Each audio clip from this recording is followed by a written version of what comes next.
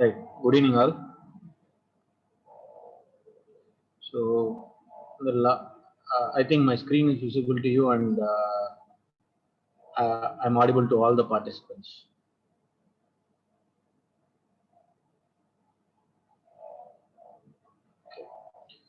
So, in the last couple of classes, right, you would have been exposed to machine learning, but still, and different algorithms. But still, I would like to take first 10 minutes of time to brief the algorithms and the fundamentals of machine learning in my way, and then we shall proceed to the program demonstration or hands-on session.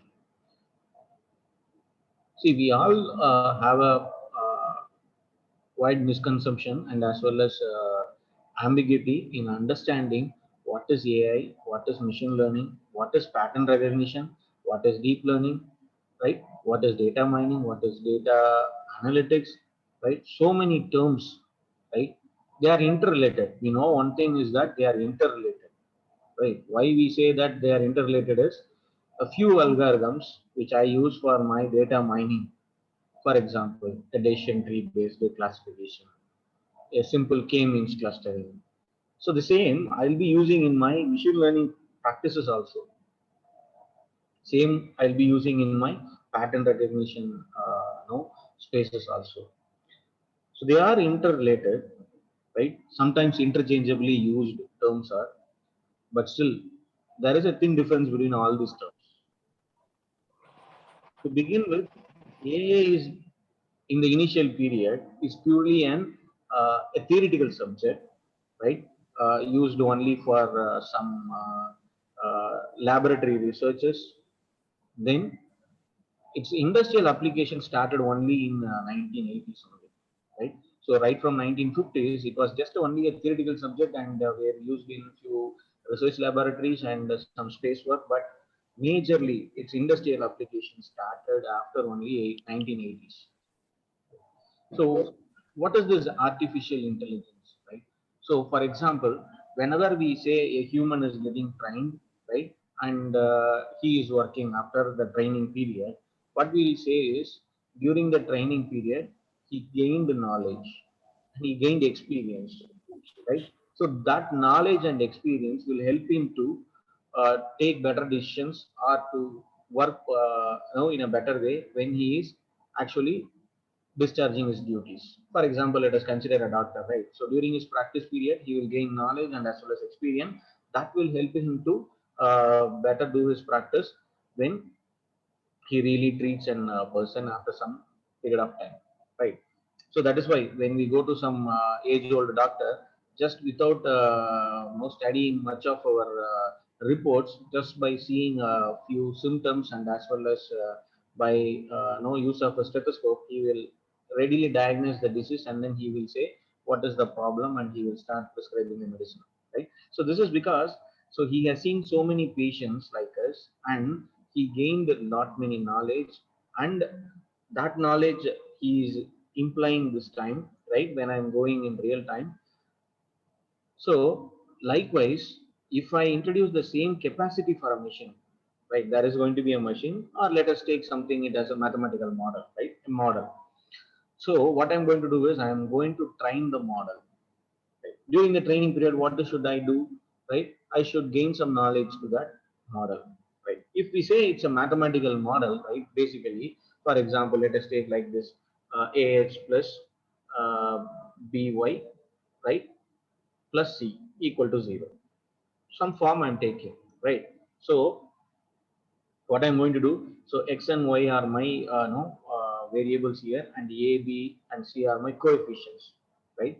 So I could able to solve this ax plus b plus by plus c equal to 0 form when I know the coefficients, because the variable values it will be changing. I know the value of the variables. If I know the coefficient values, I could able to solve the problem, right? So this is where that training comes in. So during the training period, I'm going to find the coefficients of this mathematical equation, which we call in our machine learning terms as weights or the parameters of the model. So I'm going to define a model, right? And that model will be having few parameters or coefficients, right, which I am going to estimate during my training period, and at the real time for a given x and y, right, or for given some no x only, right, what I could be able to find, I know the coefficient, I know the value of x, so easily what I can do, I can resolve and I can find the value of y. That's what my output is, right? Always we treat x as our input and y as our output, right? That is how we denote, represent. So here what we need to understand here is, so a machine learning means that it is as like how we are studying and understanding, mugging up all the words, vocabularies in an no, text paragraph or whatever it is, right? So we are not going to build such a kind of machine which would be able to recite and repeat that same. What we are going to build up is, we are going to build a model, right?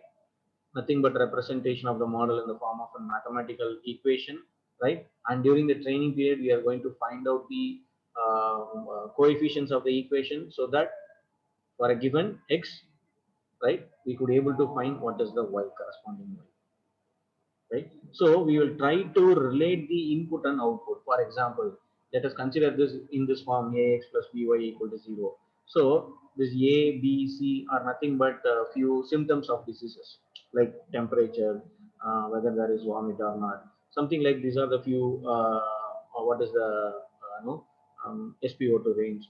Like we take all these are no, our coefficients a, b, c, right? X is like some value. So knowing this one, I'm going to predict whether y, right, the disease is there or not, 0 or 1, right? So this is how, right, machine learning algorithms basically works with, right? I don't want to get into much theory there, right? In this world of machine learning, right?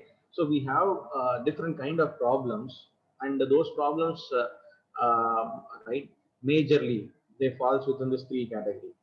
One is classification, and another one is regression, and another one is clustering, right?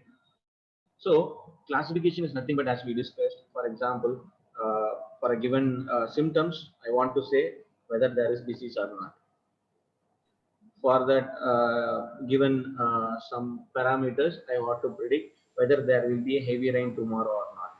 Yes or no. These are all called binary classification problems. And in case of multi-class problems, it will be like what is the stage of the disease? Given set of data, what is the stage of the disease? Stage 1, stage 2, or stage 3, right? So this is multi-class kind of decision making.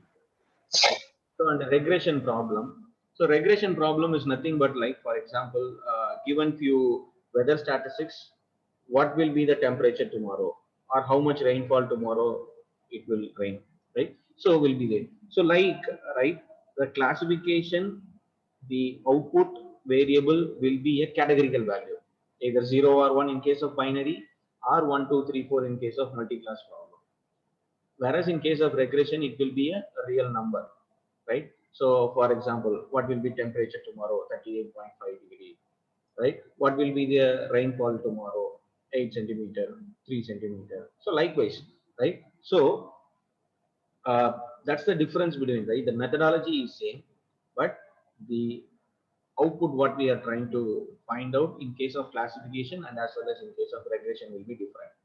And the third kind of problem is a clustering problem. Clustering is nothing but, for example, the same like grouping, right, as what we will do in our majority of SQL, right? So we'll try to group all the available data.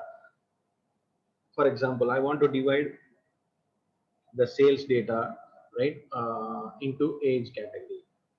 My customer details I have, I want to group my customers into depending upon their age, depending upon their demographic region, depending upon their gender, depending upon their type of salary, depending upon their like education, something like, right. So these are all clustering activity. So grouping, just simple. And there is another. Sorry, this is major, right? Three kind of problems which are prevailing in machine learning world. Majority of the time, it will be classification kind of problem. So, and to solve these problems, we have basically three approaches. So, and for these problems, these three problems, right? Classification, regression, and clustering. We have predominantly two machine learning approaches. One is supervised mode of learning, and another one is unsupervised mode of learning. See, for example, now we have practicing in our classroom-based teaching, like a teacher will solve an mathematical a mathematical problem, right? So student will follow the same steps, right? And in the exam, what will happen? I'll give the same teacher will give a different question. The student, they know how to solve the problem. They will solve the problem on their own. So here, what is the mode of teaching? It is supervised mode, right? So the teacher, he himself teaches in the class by no, giving an example, and the same the student practices, and he is able to solve another problem given to him during the examination. So similarly, in a supervised mode of learning approach, what we will do is we will take a large volume of data set, right? In the data, we will have both the input and as well as the output which we want the model to predict, right? Both we will have our input and output, right? Which the model has to predict, right? And I will give it to the model and I will train the model. Just before we discussed that a teacher, sorry, a doctor during his like PG or house surgeon period, what he will do is he will be seeing too many patients, and then he will be learning know how to diagnose diseases, right? So this is his practice period. So what will happen is a senior will be there. He will say that, oh, these are all the symptoms. Then this is the disease. These are all the problems. Then this is likewise. The senior will be teaching the house surgeon so that he learns that how to diagnose. So similar to that, in a supervised learning, what we will do, we will give both X and Y, right? There in the doctor space, what the senior is doing, he is saying all the symptoms, right? That is the input X, and he is also saying that if this is the symptom, then this is the disease. That is what he has to predict, right? What is the type of disease it is, right? So the doctor is giving during the training, right? The senior is giving both the symptom, that is our input, and as well as the disease, that is what our output, the doctor, a house surgeon, has to learn and predict in his future. So similarly here, to our classification model, right, or regression model, in a supervised learning approach, what we will do is we will give both the training data, right? The training data will consist of both the X and the Y, right? So the actual input X and as well as the Y to be predicted. So this X we call it as no independent variables, not one, right? It will be multiple independent variables. And the output from the model, right, will be the dependent variable because the value of Y depends upon the value of X, right?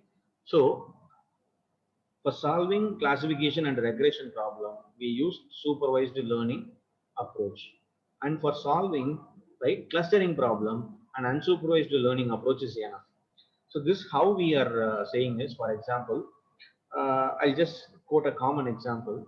For example, no, we'll consider that there is a box full of different color balls, right? Now I'm going to train a kid, right, to learn on colors. So during that practice, what I will do, I'll take a ball from the box, right? Randomly, I'll pick a ball from the box, and then I will show the ball to the kid, and I will say what is the color of the ball. Let us say, like, first I'm picking a red ball and I'm showing it to the kid. Right now, the kid is visually seeing the ball, and I'm saying what is the color. So now you could able to understand. So what is my objective? I want to make that kid to learn to predict the colors. So the colors are the outputs, right? So now what I'm doing, I'm showing the object, that is my X, and I'm saying the kid that this is red color, Y, right? Now I'm giving both the X and Y as an input to the kid. So what the kid is doing now, it is taking both that X and Y, and it is learning now. Okay, so not only a single ball is enough. I will show multiple, no, different balls of different colors, and then at every time I'll be showing the ball, and as well as I'll say what is the color. So that what the kid will learns now. Okay, if it sees certain color, okay, this is red. If it sees some other, right, it's blue. Likewise, the kid learns now, right? So in this, right, let us consider that after this training period, I want the kid to pick a ball randomly and say what is the color. This is a classification example. And another problem, I'll ask the kid to take out 10 balls randomly in sequence, 10 balls out of the box randomly, and I want the kid to say how many red were there, right? How many red were there? So this is a regression kind of problem, right? So not exactly, but just by the output variable, I'm saying it is regression. And there is a one more problem I can ask the kid to do. Take out all the balls from the box randomly, one by one, and group them according to their color. Now, I don't want the kid to identify the color. What I'm asking is, I want the kid to group the ball according to their color. This is a perfect example of clustering problem. So by this, what the kid will do now, it will segregate all the balls belonging to same color. It doesn't know, right? For example, even the kid has not learned which is red, which is blue, which is green, right? The kid, what it will do, it will take out all the ball and then it will put, right, the same color balls in one group. So this is a perfect example of clustering problem. And this kind of clustering problem can be solved using an unsupervised learning approach. Why? Because the kid need not be any trained with any right prior. So directly I just expose the kid. The kid just take out all the balls and then it will be so it must know how to right say two colors are same, right? So it doesn't need not know which is red, which is green, which is blue, right? So all red colors, it will put it in separate. All blue colors, it will put separate. All green, it will put it in separate. So this is what a perfect example of unsupervised learning, right? So I hope the difference it is very clear to all, right? So in any right now we have seen we have understood what is machine learning and machine learning problems are, and next one is data analytics. Many of us would have been hearing this word data science, data scientist, data analyst, data analytics, large scale data analytics, big data analytics. All this big data analytics will let us keep it aside, right? This data scientist or data analyst, their role are right simple. For example, we will have not many data right from different sources, social media, my sales data, and from some customer feedback data, some so many data I'll be having. So the first step in any data engineering, right, data analytics process is data acquisition, right? First, we will gather all the data. We'll receive all the data. Okay. Then the next task is like data engineering. Data engineering is nothing but, right? So when I want to build a machine learning model, when I want to build a machine learning model for doing certain activity on the data, either classification or regression, whatever it is, right? So I should have the data in some structured format, and the data should be clean. It should not be redundant. It should not be noisy, right? It should not have any missing values. So all this pre-processing tasks, right, I will have to perform. And for example, let us consider that I am going to forecast what will be the temperature tomorrow. So what I have with me is I have for all the last 3 months the daily weather statistics, daily the maximum and minimum temperature, and when was the sunrise, when was the sunset, and what was the humidity, and what was the atmospheric pressure on the day, whether there was heavy rainfall on the day or not, right? Whether there was cloudy on the day or not, like different attributes I have. So also I have one more attribute like what was the day of, whether it was a Friday, Saturday, or now. So we have so many data here, and also what was the day on that particular day. Like for every last 3 months, 90 days, let's take 90 days one by one. So 90 rows I will have, likewise all the values in one by one by one column. So now in this, right, to predict what will be the tomorrow's temperature, will be the no, the day of the day, like what was the Sunday or Wednesday or Monday, will this value will be required for us, right? So this will not be required for us to predict the tomorrow's temperature, right? So it is irrelevant and it is not required. So if I include this data also, what will happen? This will reduce my no efficiency or accuracy of the model, and also it is a it will increase the size of my data, so that I have to handle more data now. For example, let us take that there are 90 rows for 90 different days. I have 10 different weather column, right? 11th column is this value. Now, so 11 columns I have, out of that only 10 columns may be required for me. So this 11th column is, right, is increasing the size of my data. It doesn't adding any importance to my prediction, or it is not adding anything information to my y, right? So what is the actual y here? I'm predicting what is the tomorrow's temperature, right? So in this, for example, this x1, x2, x3, x4 are the weather statistics. This x11 is the day, Wednesday, Thursday, Friday, or whatever the day correspondingly. So y is our tomorrow's temperature for every day we have.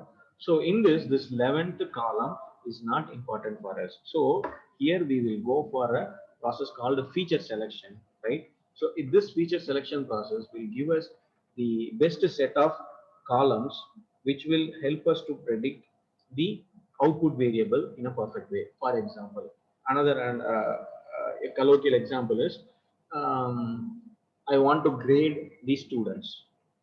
So what I have is, for all the students in my class, let us consider that 60 students are there in my class. I have 60 students records, in each student record in one row, multiple columns, right? Right from their mark, their attendance, their no previous semester mark, their overall CGPA, their number of backlogs, like different values I have, right? So also, like I have values like what is their height, what is their weight, right? Now, to grade the students, educationally speaking, will this height and weight will be required for us?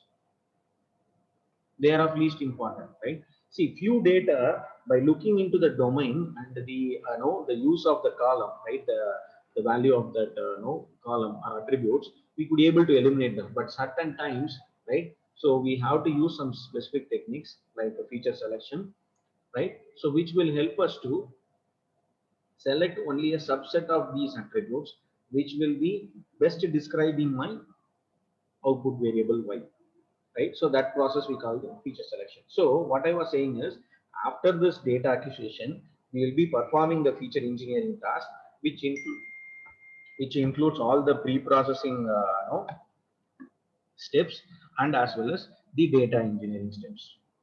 So new features I derive, right? So existing attributes I will neglect. So redundant features I will neglect.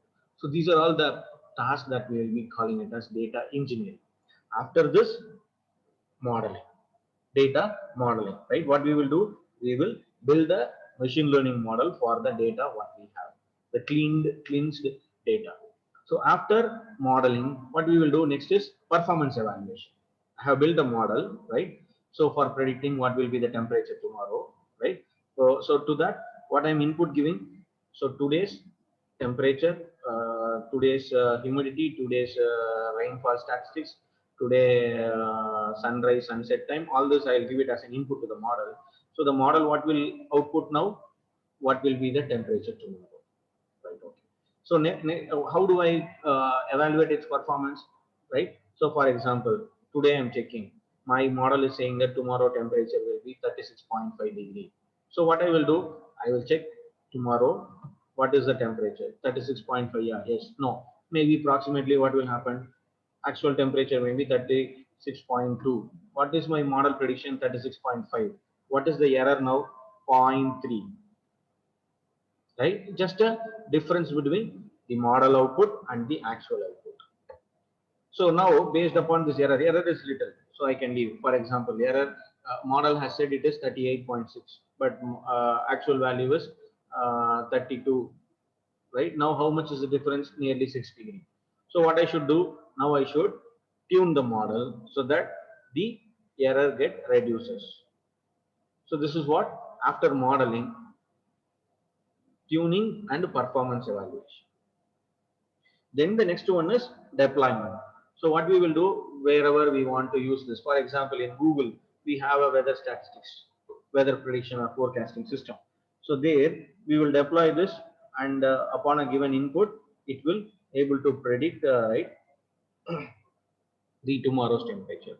So it may be a web application, or it may be running within a mobile application, or it may be in a desktop application, wherever it is, right? So I'll be deploying that machine learning algorithm.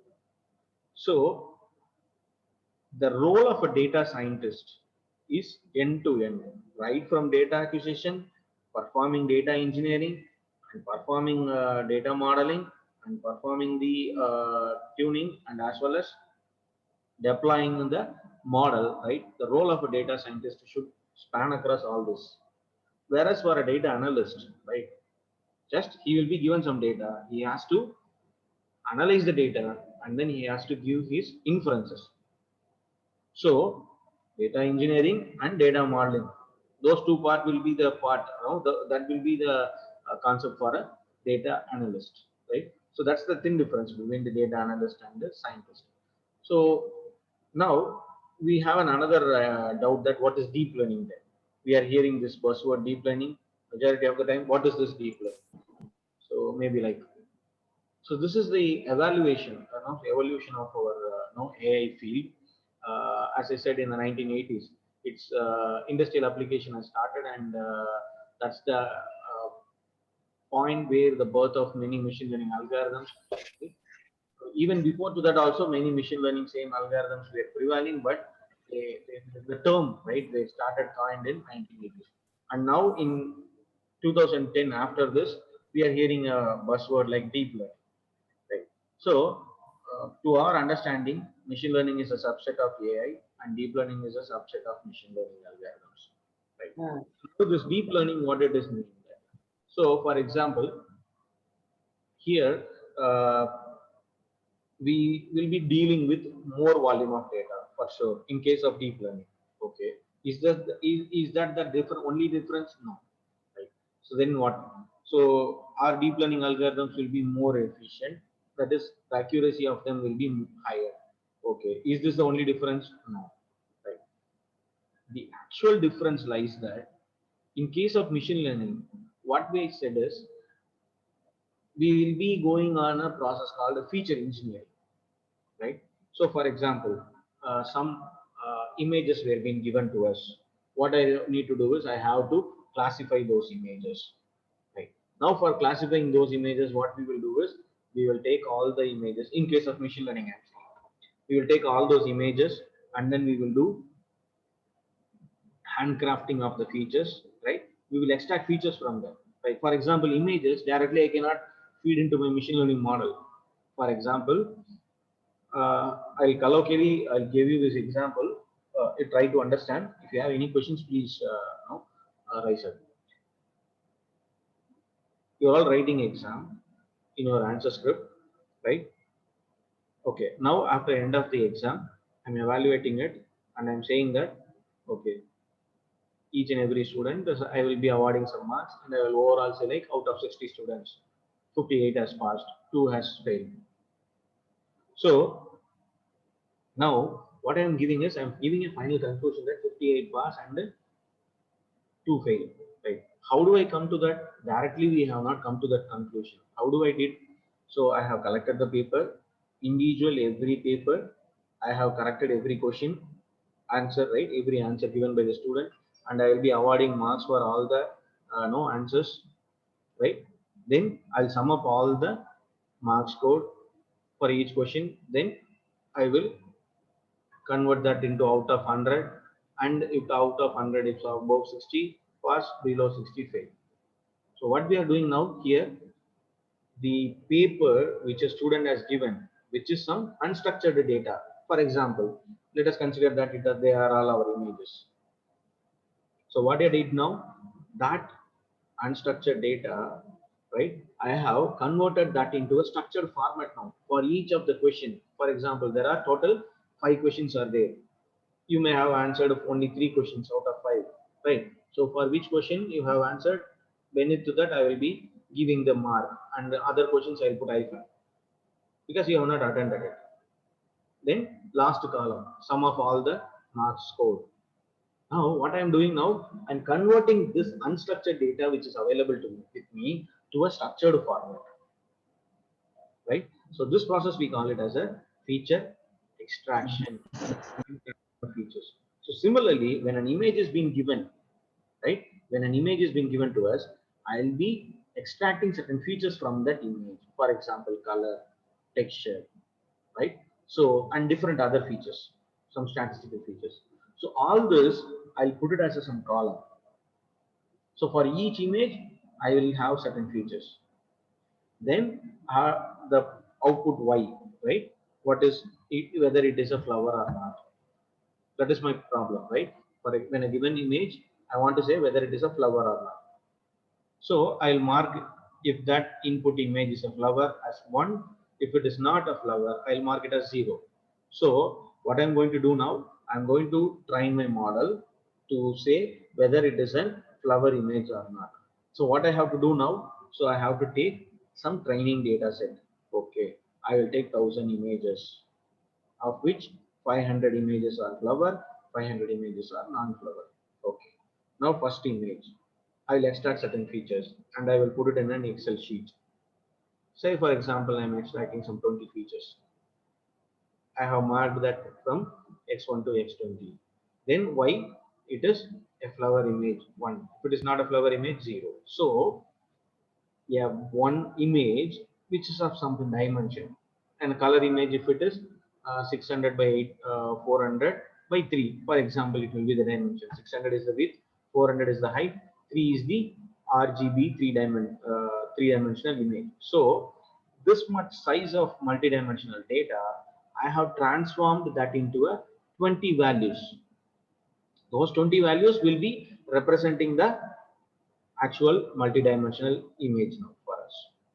So this is what handcrafting of features, right? For all the 1000 images, I will do the same process. I will convert them into 20 column value, right? And at the last, I will mark it as either 0 or 1 accordingly. Now, what is the size of my training data now? If the X is, well, I consider the sizes for 1000 images, 1000 rows, cross 20 columns. What is my Y? It is a column matrix, right? 1000 by 1. So this will be the input to your model. So model which learns to map your X to Y. Okay, if this is the given X values, then corresponding Y has to be like this. It doesn't know whether we have extracted these values from a flower image or from whatever it is. Just it knows only these 20 values, and it will try to map that 20 values to this actual Y, either 0 or 1 we are going to give. So at the testing time, right, say for example, now I want to test, right? Now I have been given an input image. Just what I will do, I will do the same process. I will extract the same set of features from the image, and I will give it to the model, and the model will now give the Y now, because it is already trained to map the features to the Y values. So during the training process, I'll give both the X and Y as an input to the model, because it is a supervised learning, right? Because it is a binary classification problem. At the time of prediction, that is testing, I'll give only the test image, right? From the test image, we'll extract features and I will give it to the model. So the model will give me the actual output Y, what is the value, right? So this is what, right? Now this efficiency of the model purely depends upon the features what we have extracted, right? So the performance of the model will increase beyond a certain point, right? Mainly due to the manual feature extraction process. So because the features what we are giving should best represent the input, original input. So if they are not best representing, then automatically what will happen? So we are not able to give the best accuracy. So to overcome this issue, the deep learning methodology started coming, right? So by this approach, right, by this approach, the model will have the same kind of machine learning model, right? But the model will have some prefix, it will be pipelined with a few layers in the prefix. Those layers will extract the features from the model in an automated fashion. So they will extract the features by themselves, and then they will automatically try to train the model using those features, right, to exactly predict what it is. For example, uh, you are seeing a person and you are meeting a person, right? For example, today you are meeting, someone is introducing him to you, and he is saying that he is so and so, he is Rajesh, he came from Vijayawada or something. So, seeing him, you will know.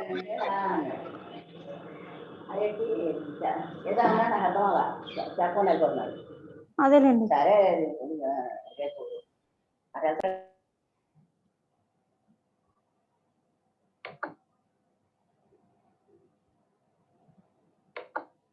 So by seeing him, right, you will try to extract certain features like his height, his weight, his skin tone, whether he is wearing specs or not. All these features about him will come to your mind. It will get registered with you. And after 6 months, right, if you see the same person again somewhere else, what you will do, you will again try to match with the same set of features. Okay, what we will do, whether he is wearing glass or not, whether he is fair or not, tall or not, whether he is thin or fat. Okay, so is this the person Rajesh who I have met earlier? So what we are trying to do is we are trying to extract the features and we'll store it in our brain, not the person. The features are there in our mind. And when we are seeing the same person again, we'll try to correlate with the features. So that is what the model will do. In a machine learning model, we will be doing that feature extraction in a manual fashion. In the case of a deep learning model, this feature extraction will be done in an automated fashion. That is why we call this as an end-to-end learning process, right? So deep learning is nothing but an end-to-end learning process. And all the deep learning, majority of the deep learning, 99% of the deep learning architectures or algorithms will depend upon your neural networks, right? So this is what, right? For example, I was trying to narrate you. The machine learning based classification process will include a step called feature extraction. And after that classification, this is manually done.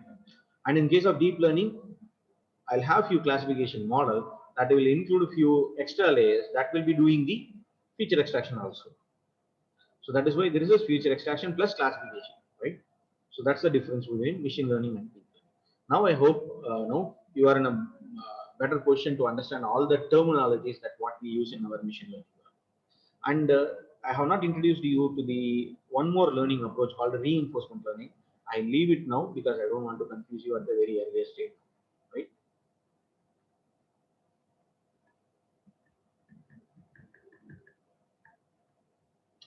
This is what, right? So now these are the different buzzwords, right?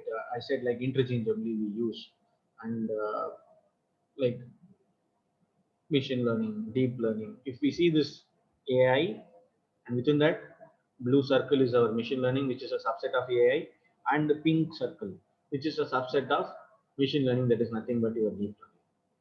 All this deep learning and machine learning algorithms basically rely on statistics, right? So, and probability also. Few machine learning algorithms and deep learning approaches are have a strong association with the probability concepts. Okay. So now I hope you are aware of linear regression, right? So we will see a small demo of linear regression, how we do, right? And maybe like I just will give you a quick idea on this linear regression, right? So as we said, in case of a regression, the output will be a linear, a real number. So all these inputs, we call that inputs as our independent variables. Our output, we call it as a dependent variable, right? Now in this,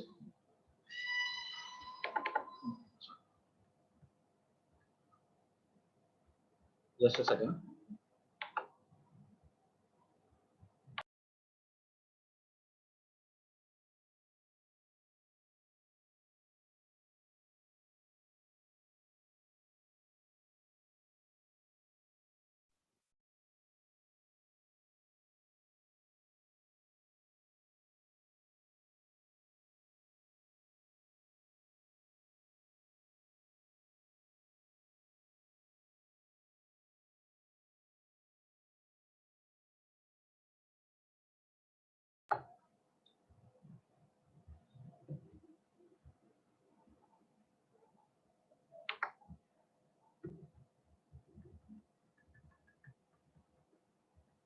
Okay, so we have two variables. One is dependent and another one is independent variable, x and y.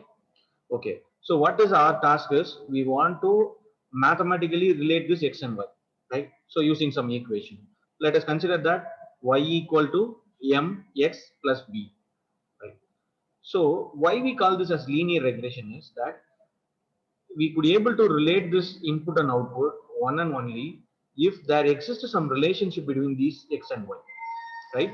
And if that relationship or if that association is a linear association, right? So we could able to represent that relation using a linear mathematical equation like this: y equal to mx plus b. Y is the actual output variable, m is the one coefficient for us, x is the our independent variable, plus b another coefficient for us. So I'm relating a given x to y using this form. So if I know the value of m and b and a given x, I could able to find out the value of y, right? For example, see this one. Now I'm just related this x and y here. Whenever we know the value of x, I could able to estimate, and the coefficients particularly, I could able to estimate the y value here. For any given x, I could able to give what is the corresponding y. So if today is this temperature, tomorrow what will be the temperature? I could able to predict, right? So this line y equal to mx plus b form, right? It is representing a line equation, right? So this line is what we call as a regression line, and it helps us to estimate the value of dependent variable y. So the same, right? So here, right, in our machine learning world, we have two different type of algorithms. One is linear and another is non-linear, right? So we will use linear algorithms if there exists, right, some linear relationship between the given input and output.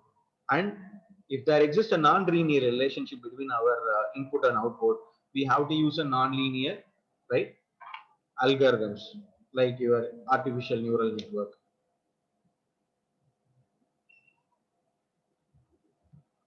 So we will see a demonstration of the simple linear regression algorithm. We'll take some data set and then we will give it as an input to our model, and we will try to predict what is the value of our dependent variable y, right?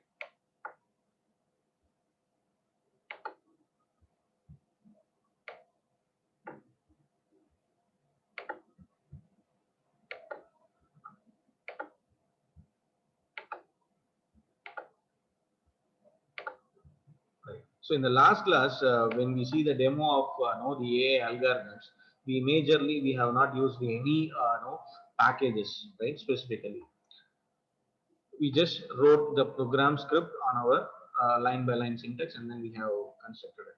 but implemented the search algorithms. But here, for performing this machine learning algorithm implementation, we will be using packages, Python packages, specifically scikit-learn, right, which has all the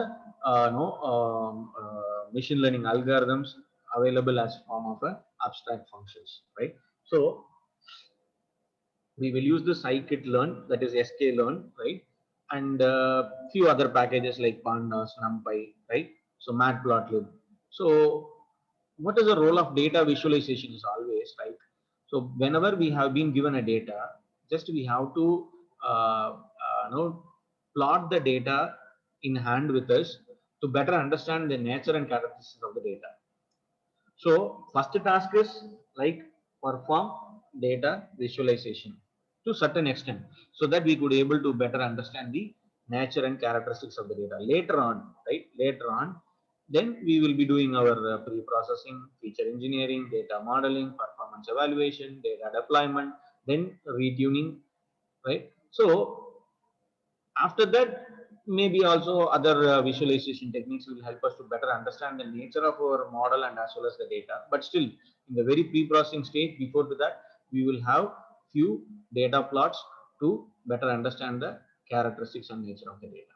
Now, we will use some data set which is available inbuilt within this scikit-learn, what they normally call it as a Boston data set, right? So, which is nothing but the problem is to predict the price of flats or houses in the city Boston based upon certain features, right? So for certain given features, I have to predict what is the value of a house in a city Boston. So what they have done, so they will take some 100 or 200 or 300 data of houses, different houses, features, and then they will, what is the actual market value for those houses, they will mark it up, right? Now, with this available data in hand for us, I'm going to do I'm going to build a model so that in the next time, if I give some features as an input, right, certain house features as an input, it will say what is the cost of the house, right? So that is what kind of model we want. So let us say like, so first is like this code block, right? Scikit-learn, as it is going to be a linear model, I have that in scikit-learn import linear model package. So within that, we are using a train test split function. So this is nothing but, for example, when we have a large data, volume of data with us, I must use the data for training and as well as for testing the model, right? So I should split the data into two for both training and as well as for testing, right? So how do we do that split? We cannot do it in a random fashion, right? For that, there should be some procedure. We'll come to that a little later, right? So for dividing our data into training and as well as for testing, right? So we will use this train test split function. All these are inbuilt functions. We don't have to do much train here. Just call the function, pass on the arguments, and get the return argument from the function, right? And the Cbond is nothing for, it is used for majorly to do high-end data plot or graph charts, right? And then sklearn metrics. This is for evaluating the performance of the model. For example, in case of a regression problem, the metrics will be like error, RMSE, root mean square error, right? No, absolute mean, no, absolute error.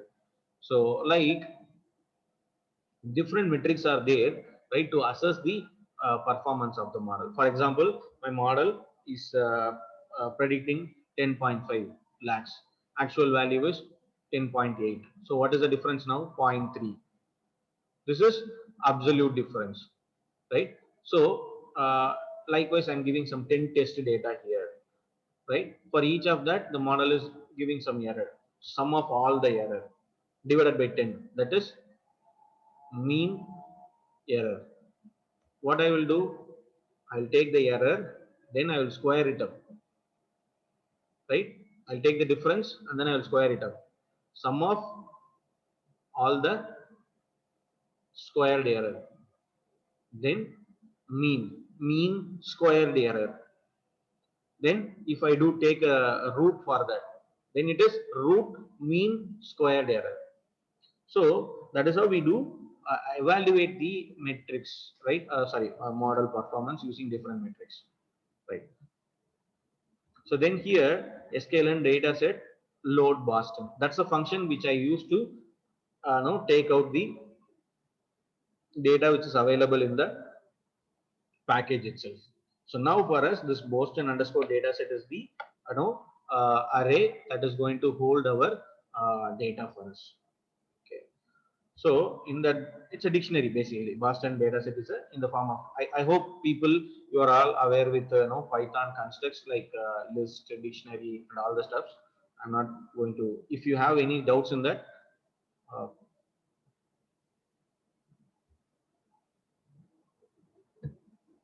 okay. So Boston dataset is a dictionary for us, and the keys are data, target, feature names, description, file name, right? So just we are printing the keys, right? And now next to what is that we have to do? We have to take the data, right? So I'm going to take all the data in a data frame, right? So pd.data frame of, that is the Boston dataset is the dictionary for us. I will just magnify that dot data. So this is nothing but our X here, right? All the attributes.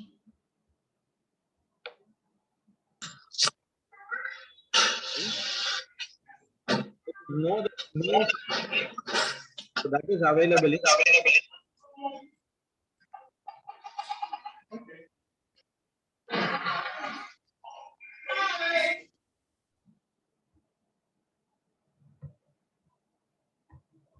So that is available in feature names, right? So I'm just copying all that into the column name here. So I have created a data frame of my X, right? So just Boston.head will print the 5 first rows of my data frame. So this is what. So we have different attributes.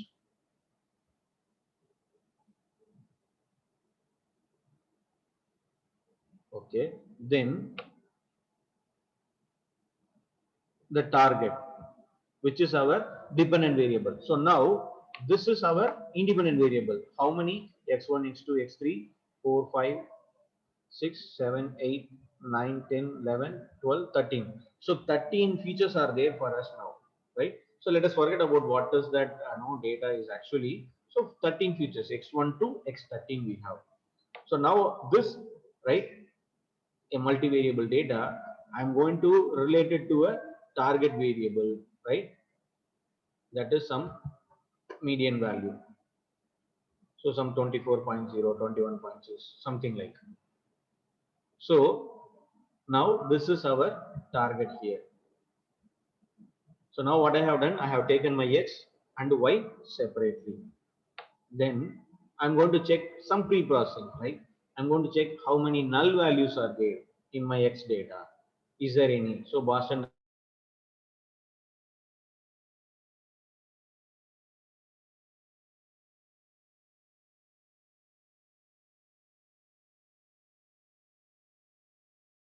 cells are filled with certain values. Then I'm going to see the distribution plot of this median value. So what is the actual range, right? So for that, I'm using this SNS dot DAST plot of Boston of mid value. That is my target, right? So when we see this graph, I could be able to see that, right? So the minimum value is around some 5 and the maximum value is around some 50, right? So majority of the value are between range some 20 to 18 to 24. Many values, right? Majority of the values. Okay. So we could able to understand, okay, fine, this is the distribution of my data. Now, this is next one. So this is a plot, what we call it as a correlation coefficient plot, right? So this why we do is, I have 13 features, right? X1 to X13. I want to know how many features are closely related to each other, or what is the relationship between these X1, X2 with my Y, whether they are strongly related, whether they are not related at all, whether there is a negative relation between them. All this I just want to know.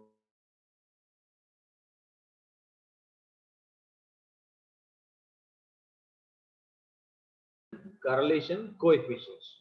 So that we are seeing in the form of a heat map here, right? It's just a color coding, right, to those values. If it is highly, correlated, the value will be 1, because, for example, so x1 to x13 and my dependent variable, right? So total 14 values are there. This square matrix, right, will show me that, for example, now I want to know what is the correlation between the first feature and my dependent variable. It is available here, minus 0.39. Negatively they are correlated. X2, that is the second feature, and my 0.36. Okay, somewhere related. The third feature, index, it is negative related. So likewise, we could able to understand what is the relationship between each feature. With this also, we could able to rank the features, and only we could able to select certain features. I don't want 13 features. I want to select only 6 features, and using those 6 features, I want to predict what is the target value. So that also we could able to do. So these are just, as I said, few data visualization activities that will help us to better understand the nature and the characteristics of our data. So, and this is another scatter plot which will show us like what is the relationship between, for example, LSTAT is a one feature for us, and MEDV, that is our target variable, right? So they are not linearly related. This shows that they are not completely linearly related. Some way they are. So using either distribution plot, correlation coefficient, or this kind of scatter plot, we could able to explore the relationship between the variables for us. Next one is, as we discussed, train test split. I'm going to divide the available data for training and testing, right? So X is my data. For example, here what we have done is X equal to P data frame, all this. What we have done is we have taken out of those 13 features, I have taken only 2 columns here, LSTAT and RM. So if we need some more data, we can take some more columns, we can add into that. And then our target is this version of mean deviation. So now out of this 13, I have taken personally, we have taken manually, we have taken only 2 columns, and using those 2 columns, that is x1 and x2, I'm going to predict what is the y now. So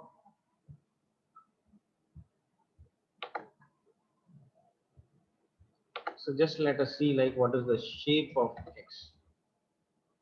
So there are 506 rows and 2 columns. Now that I am going to divide into 2, not in this is not a vertical split, this is a horizontal split, right? So out of this 506 rows, I'm going to take 40% for testing and 60% for training my model. That is what we have mentioned here. Test size is 0.4. So now when I just run this, what do I will get? I'll get in return 4 different arrays now. X train and Y train, X test and Y test. All this will be in 4 different set now. So after I execute this train test, 506 rows were divided into 303 60% and 203 40% for testing. Then the next step is fitting the model, right? So linear regression, I am declaring an object here, regression object this is, and fit is the function used for training the model. So just what we are passing on, x train comma y train, supervised learning, right? I'm giving both x and y as the input to the model. So that what the model has to do now. So if I just represent this input, what is my input now? X1, x2, and what is that I'm trying to predict? Y. So now what is the relationship here between y equal to, right, w1 x1 plus w2 x2 plus some w. This is more or less equivalent to our, not more or less, this is equivalent to our y equal to m x plus b form. M is nothing but here w I have written, right? So instead of b, here it is w naught. So when I do this training, actually what will happen? the value of W1, W2, this W0 will be estimated. So that at the time of testing, if I give only X, using that X and as well as these coefficient value, we will be predicting what is the value of Y. Simple mathematical, right? So the question here is how we are finding these W's.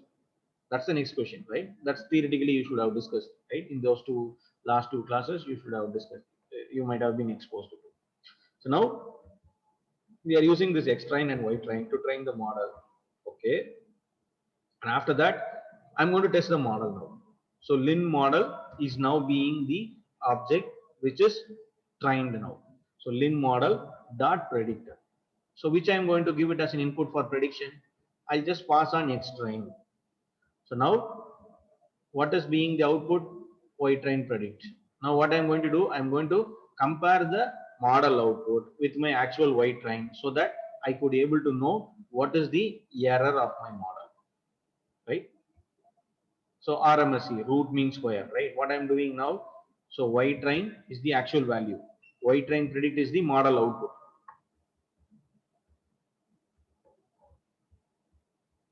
Just magnify. So Y train, capital Y train is the actual values. Y train predict is the model output here. So I'm comparing the two and finding the mean squared error, then taking a square root of it, which is nothing but our root mean square, right? So now finally we are printing the root mean square. We'll be getting a value. Like for example, RMSE is around 5.3. So what is our objective? Here we should be able to reduce the no value of error here. That is what we always try to, right? So now if we see like if we feel like the error is higher, right? Maybe like we have to increase. We have taken only 2 column. If we increase the 2 more column into 4, further we could able to reduce some error. We have to check that, right? So now this is a simple demonstration. How do we perform a linear regression?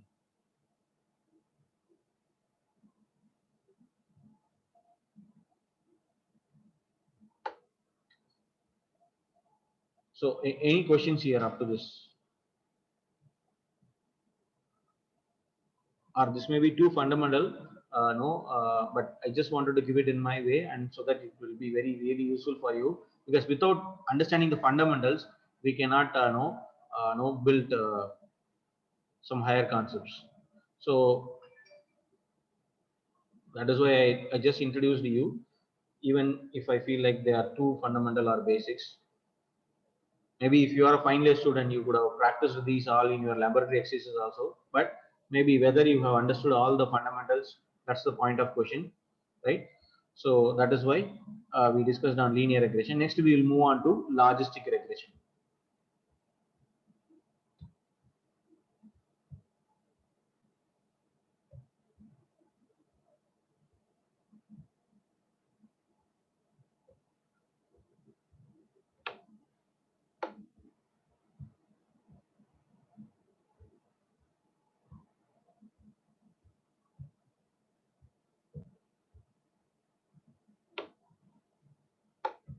Okay, so as we have seen this linear regression, we solved a problem of predicting the value of a dependent variable.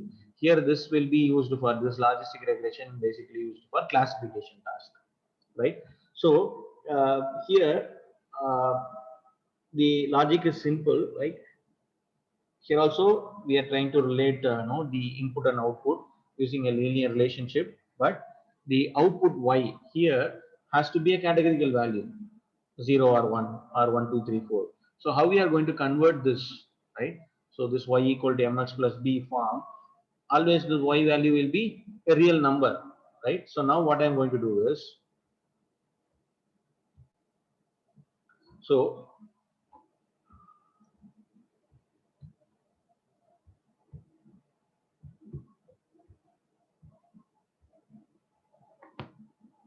so let us consider same, like I have been given some x1, x2, some y I have to, but this time y is either 0 or 1 case.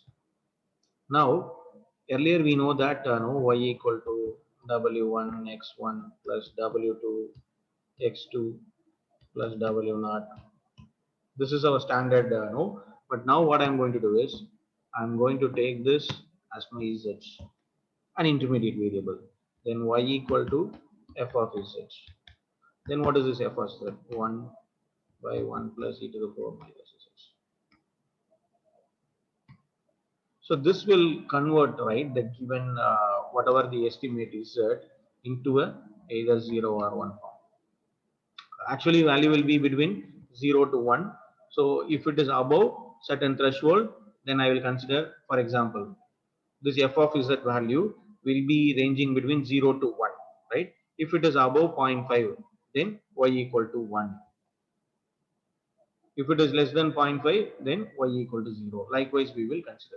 So this is how we will be implementing this logistic regression. That is why this model name itself is logistic. This is a logistic function, right? So what we are seeing now. So we'll see how we are going to use it for classifying an images.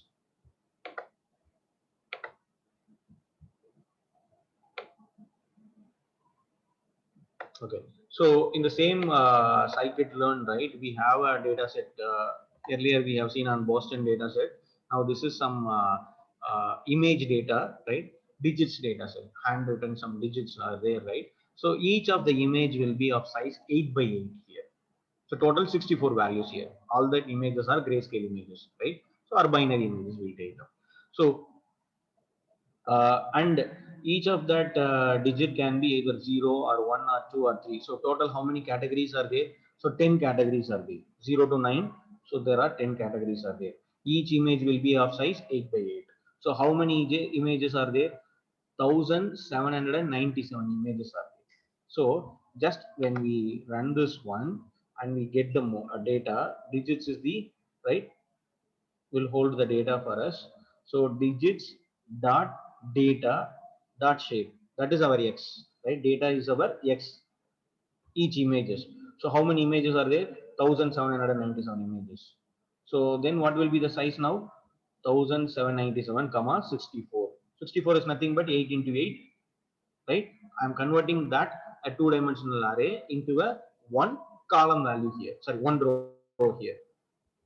So similarly, target values are 1797 and each value will be of either 0, 1 or 2 or 3, whatever it is, an integer number from 0 to 9.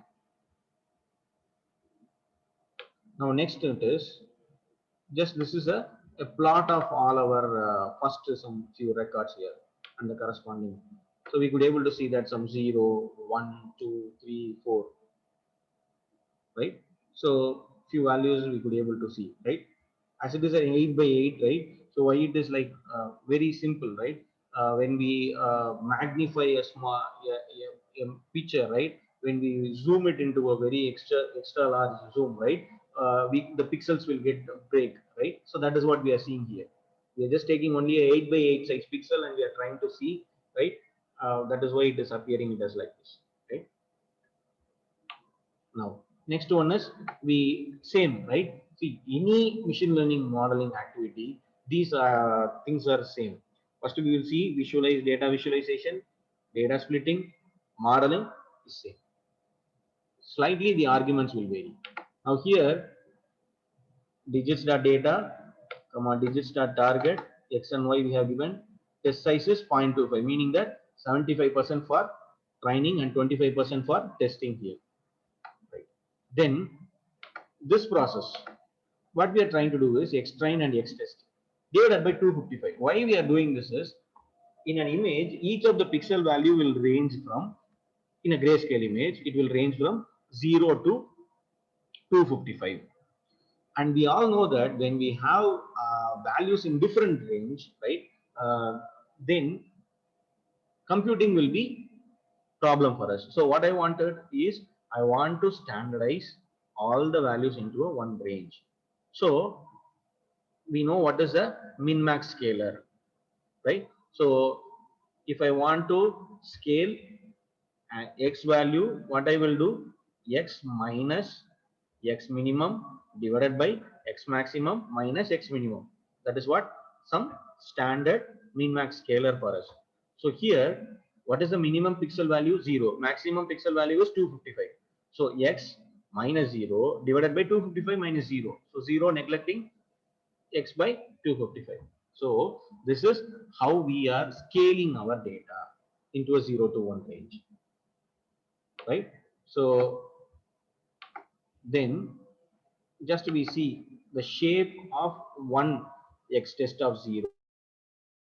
If we see dot reshape 1 comma minus 1. So this is how we are feeding the data to our model now. So one row, 64 columns.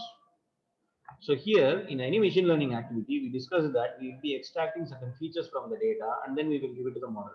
Why we are doing that feature extraction? When the dimension of the images are of high, for example, 600 by 400, 1000 by 800, something like.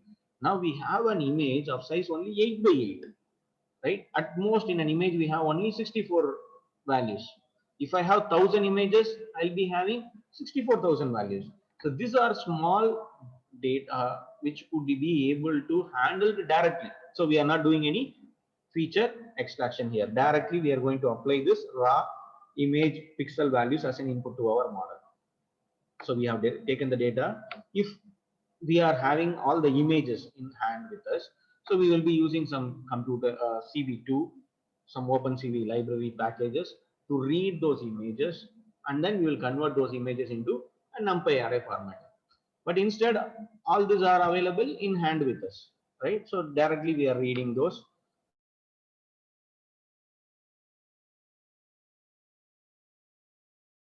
Now, so same logistic regression of logistic, we are building a logistic regression object here, then we are calling the fit function, which is nothing but train. So in all the available machine learning algorithms, in case of deep learning algorithms also for training, conventionally fit will be the method, right? So we do declare a linear regression, or we do declare a logistic regression model, or an SVM, or whatever the model we are going to build now, the function will be fit here.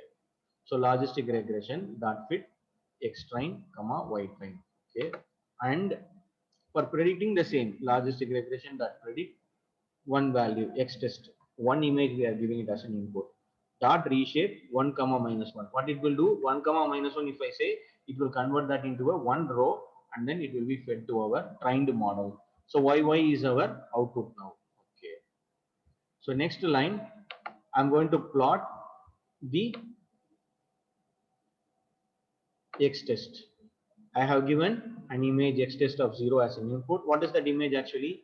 It is looking 2, right? And what is my y value? Yy is the output, right? Let us print that yy now. Its value is 2. So model is saying it as 2 here. So actually we have built a model which is predicting our image, classifying our image correctly. So this is a simple example. How do we build a classifier, right? Using a logistic regression, right? So I hope the demonstration for both the regression and as well as a classification has reached you. If you have any questions, please let me know.